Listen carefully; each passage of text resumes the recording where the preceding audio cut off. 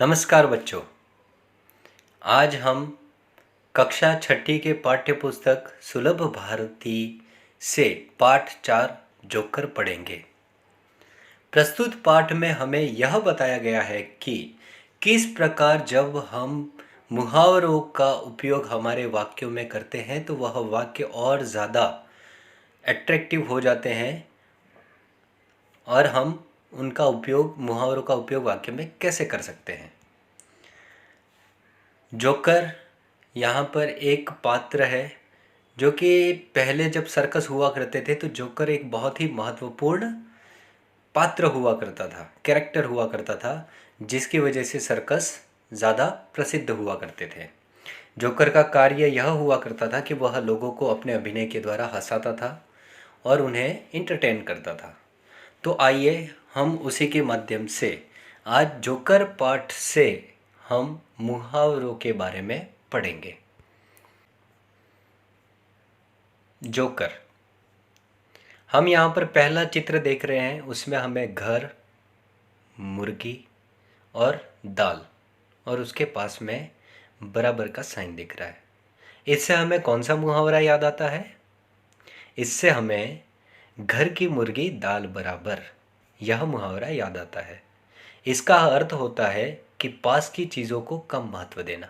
अर्थात अगर आपके पास कोई चीज़ है लेकिन आप उसको महत्व नहीं देते, जैसे कि आपके पास 5 रुपये का पेन है और अपने मित्र के पास 50 का पेन देकर आप अपने 5 रुपये के पेन को महत्व नहीं देते, वैसे ही दूसरा है 9, 2, 11। इसको देख करके हमें कौन सा मुहावरा याद आता है? 9, 2, 11 होना, अर्थात गायब होना या भाग जाना।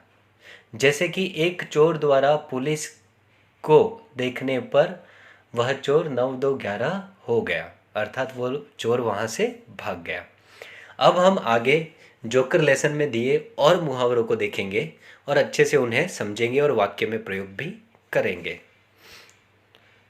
यहाँ पर पहला है, जोकर अपनी जान पर खेलकर कलाबाजियाँ दिखाता है। अर्थात जो जोकर है वह क्या करता है? कर्तव्यों को दिखाता है अपनी जान पर। अर्थ यह एक मुहावरा है। मुहावरा कौन सा है? जान पर खेलना। इसका अर्थ क्या होता है? प्राणों की परवाह न करना। अर्थात जो जोकर है वह अपने प्राणों की परवाह न करके कलाबाजियाँ दिखाता है।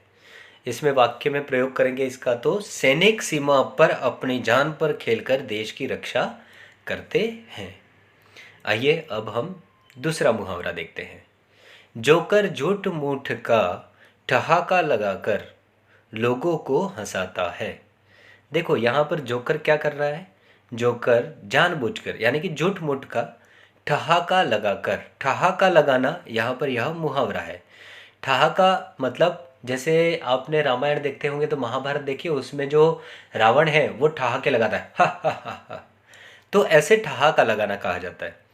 तो ठहाका लगाना का अर्थ क्या होता है? जोर से हंसना। तो जो जोकर था वो जानबूझकर जोर से हंसता था ताकि जो बच्चे थे वो हंसते थे, तो वो उनको हंसाने के लिए जानबूझकर क्या करता था? ठहाके लगाता था। अभी वाक्य में इसका प्रयोग करेंगे तो कपिल शर्मा का शो देखकर लोग ठहाके लगाकर हंसते हैं। अब हम तीसरा मुहावरा देखेंगे।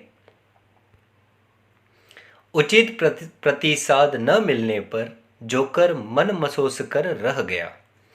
देखो, जोकर ने अच्छे से अपना अभिनय किया लेकिन लोगों की तरफ से उसको कोई भी रिएक्शन देखने को नहीं मिला, उसको कोई भी अच्छा रिएक्शन नहीं मिला, तो वो क्या कर रह गया? मन महसूस कर रह गया, अर्थात वह कुछ न कर पाया।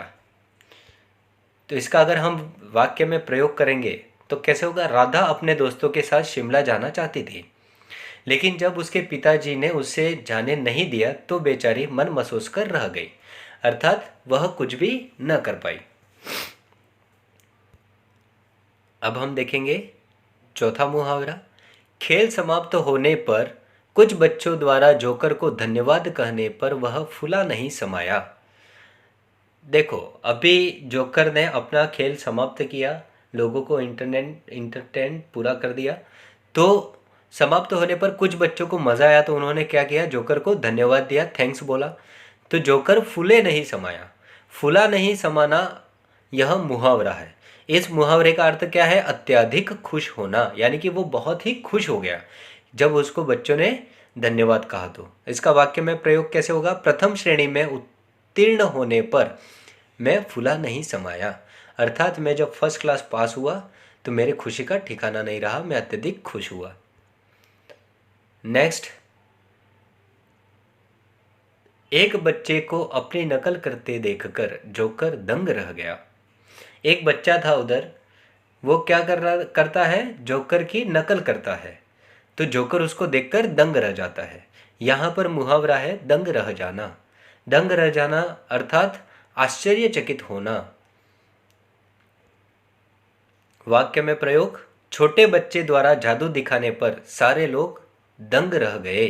अर्थात एक छोटा सा बच्चा जब कोई जादू दिखा देता है तो लोग आश्चर्यचकित हो जाते हैं कि अरे इतना छोटा सा बच्चा और जादू दिखाता है। तो ये क्या हो जाता है, आश्चर्यचकित होना, अर्थात मुहावरा क्या है यहाँ पर, दंग रह जाना।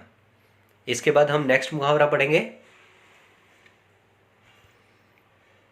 जोकर शोर मचाने वाले बच्चों को आंखें दिखा रहा था। यहाँ पर मुहावरा है आंखें दिखाना। आंखें दिखाना अर्थात गुस्सा करना। वाक्य में प्रयोग, जब मैंने उससे अपने 5 रुपये मांगे तो वह मुझे आंखें दिखाने लगा। देखो, आंखें दिखाने मतलब गुस्सा करना। जोकर ने देखा कि बच्चे शोर मचा रहे तो उसने बच्चों के सामने गुस्सा की, आंखें दिखाई, तो बच्चे चुप हो गए।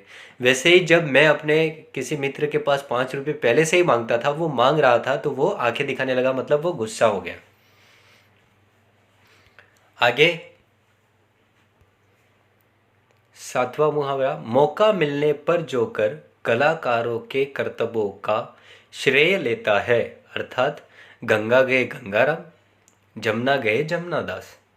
जोकर था, जब वो अपने आप को स्टेज पर लोगों को इंटरटेन करने आता है तो वो क्या करता है, बाकी सब कलाकारों का श्रेय भी वो खुद ले लेता है। तो गए गंगाराम, जमुना गए जमुनादास, अर्थात अपने इस यहाँ पर मुहावरा कौन सा है, गंगा गए गंगाराम, जमुना गए जमुनादास।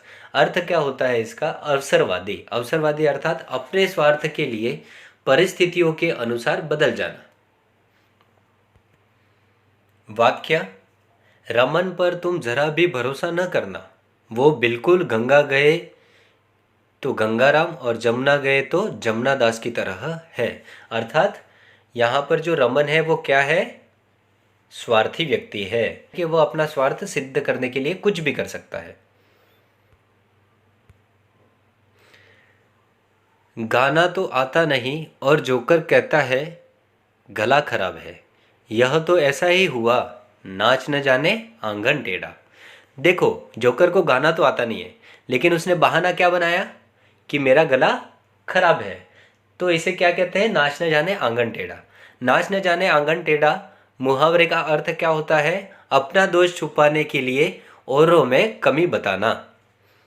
इसके लिए वाक्य, सीमा को गाना नहीं आता था, इसलिए उसने कहा मेरा गला खराब है। इसे कहते हैं नाच न जाने आंगन टेढ़ा। तो मैं आशा करता हूँ कि आप सबको यह वीडियो बहुत पसंद आया होगा। अगर आपको वीडियो पसंद आया हो तो प्लीज़ मेरे चैनल को लाइक, कमेंट, शेयर और सब्सक्राइब ज़रूर करें। और सब्सक्राइब करने के बाद जो पास में बेल का आइकन है उसे दबाना ना भूलें। धन्यवाद।